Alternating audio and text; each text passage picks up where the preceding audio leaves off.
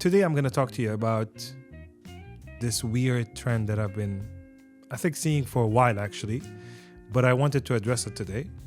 And this weird trend is probably something that you guys know, which is isolating yourself and disappearing for like a year and 6 years. You know about this stuff on social media that you see a lot of influencers or entrepreneurs or whatever you want to call them. They have this mentality or this alpha mentality about isolating yourself, disappearing, dark mode, whatever they want to call it. They go somewhere in the forest or in the wood and you never hear of them again until like a year, and then they come and they've cracked the code or whatever they've done. Yeah, guys, this is stupid. Point blank, it's just dumb. And I'll tell you why. First of all, what the hell does disappearing mean when it comes to success, right? First of all, we people were not meant to isolate and disappear and never talk to anyone again for like an extended period of time. It doesn't work like that. Life is about dealing with people, right? Whether it's you want to start a business or whether you want to do anything, everything is around society. Everything is around human beings. So how are you going to accomplish anything that you need to do without actually interacting with human beings? Without knowing what are the needs, what are the things that you're working on, what are the things that you're trying to sell. I mean, most of these, people tell you that they want to disappear because they want to find the next big thing. They want to focus on themselves. They want to do or they want to, hit the gym, or they want to change their mentality, or whatever it is, right? This whole dark mode nonsense is bullshit, and I'll tell you why. Human beings are not designed to be in isolation. They're designed to work on life and figure out life with others. We understand ourselves through other people. That's how we are designed. How are you supposed to understand emotional intelligence, communication, patience when you're not in the room or when you're alone? How? It doesn't work like that. You need people to evolve. That's always been the number one rule in terms of evolution. That's the number one rule in terms of adapting to your environment. You need people. Solitude is probably a good idea, but isolation, when you cut off everything around you, I mean, that's just ridiculous. And one thing you have to understand is when you're alone and you're in isolation in whatever place you are, you start creating this version of yourself and these scenarios in your mind of how people interact that is not reality. It's not real, because you have to work on these things, because you need to understand if someone is going to react to whatever product you're trying to create, to whatever thing you're trying to work on, to whatever conversation you're trying to engage and build with. Ultimately, what is the goal of isolation? Is to be a better version of yourself, right? How are you going to measure yourself if you're not measuring it with others or comparison to others? That's not going to work.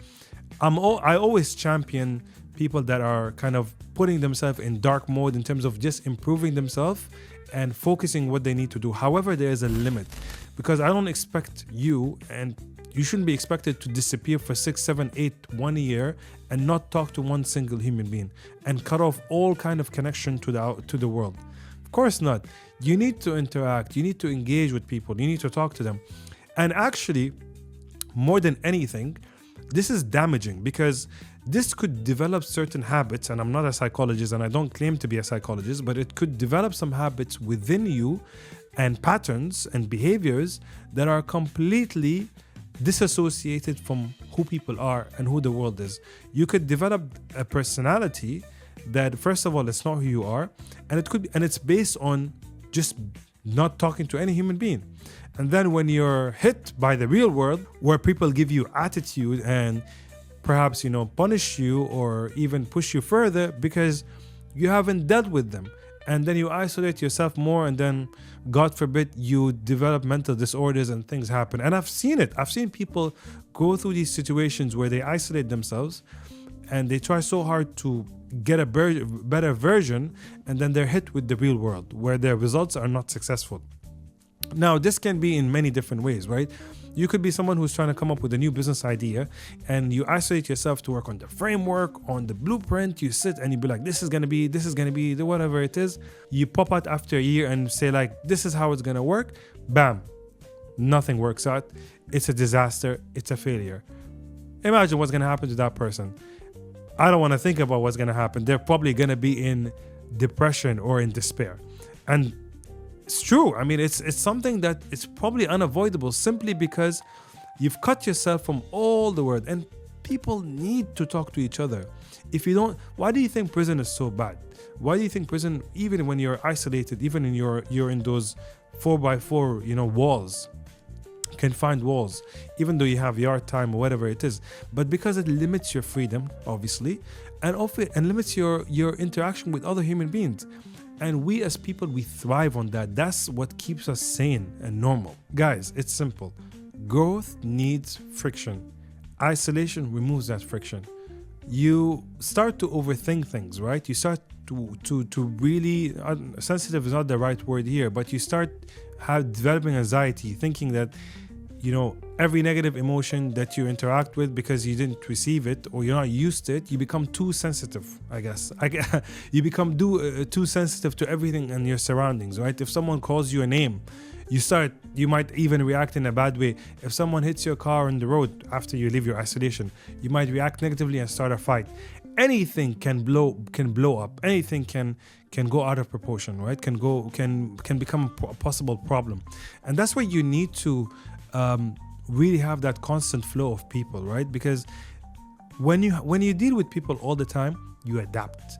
And when you adapt, you also find the new sides of yourself that you weren't aware of. You develop these habits, you develop these mentalities that you weren't really, you didn't know existed. I don't like even saying this, but symptoms of being isolated from people, you develop social anxiety, you develop loneliness, you develop numbness to feelings. I don't want to turn this into something too negative, but it exists, right? And you have to be strong-willed and strong-minded to avoid all of this.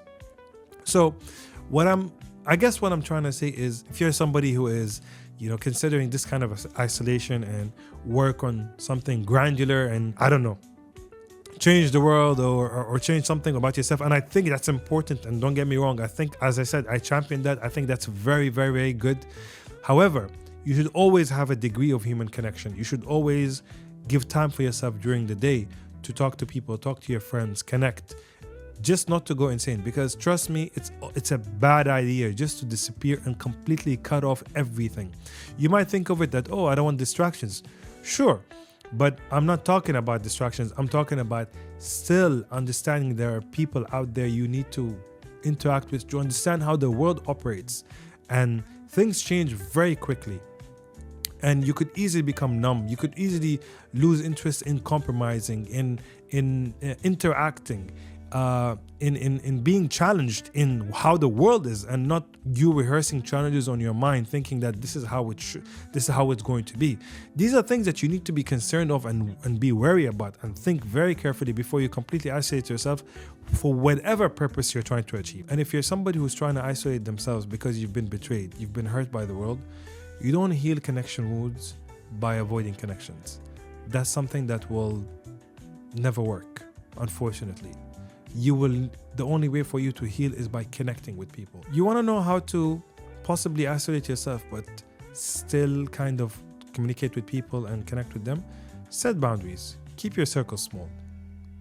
Those are two ways that you can easily work with without isolating yourself and just turning off the light on the world. Yes, we are meant to evolve, and I told you I agree with that.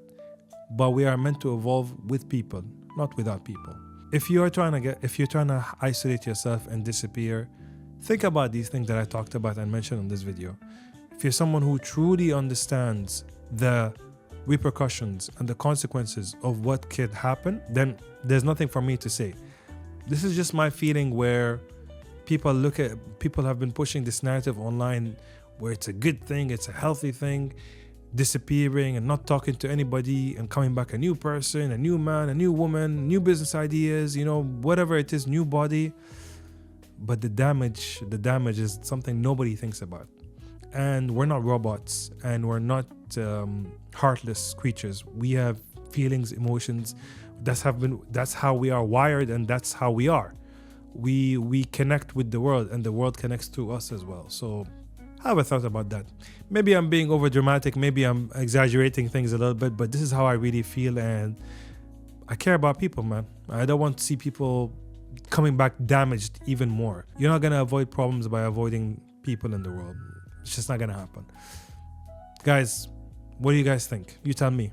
Do you think you should isolate yourself? Do you think you should kind of maybe do things a little bit different? Let me know if I was right or wrong. I could be wrong. I could be right. I could be just me. Thank you for tuning in. I'll see you soon. And don't forget to like and subscribe to my show.